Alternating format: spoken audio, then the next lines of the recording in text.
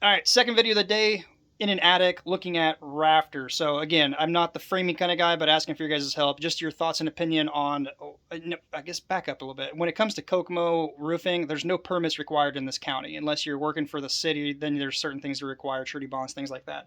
But as far as building, there are permits and inspection process for framing, electrical, plumbing, things like that.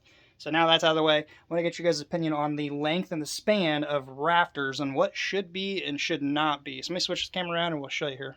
Outside is a duplex, so there's a condo, there's another property next door, here's the firewall, and there's a bit of a dip going to the top point of a roof line, a little bitty triangle hip. But looking at these, they're 2x6s.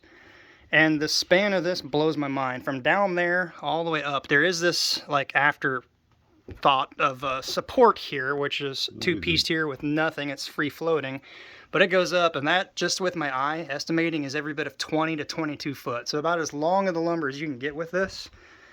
Definitely way too long with no supports anywhere on here.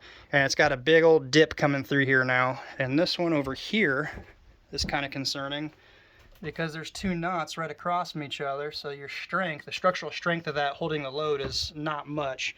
You can see that it's dipped down, and you can also see where the gap is, the shadows. That's actually coming down and pulling away from the OSB decking.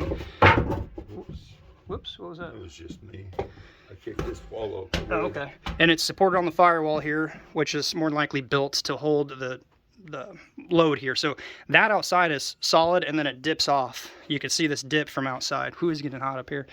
Also point out the fact that it's all painted off real good, because there was another moisture issue in here in the past, so it had been sprayed and sealed for all the mold.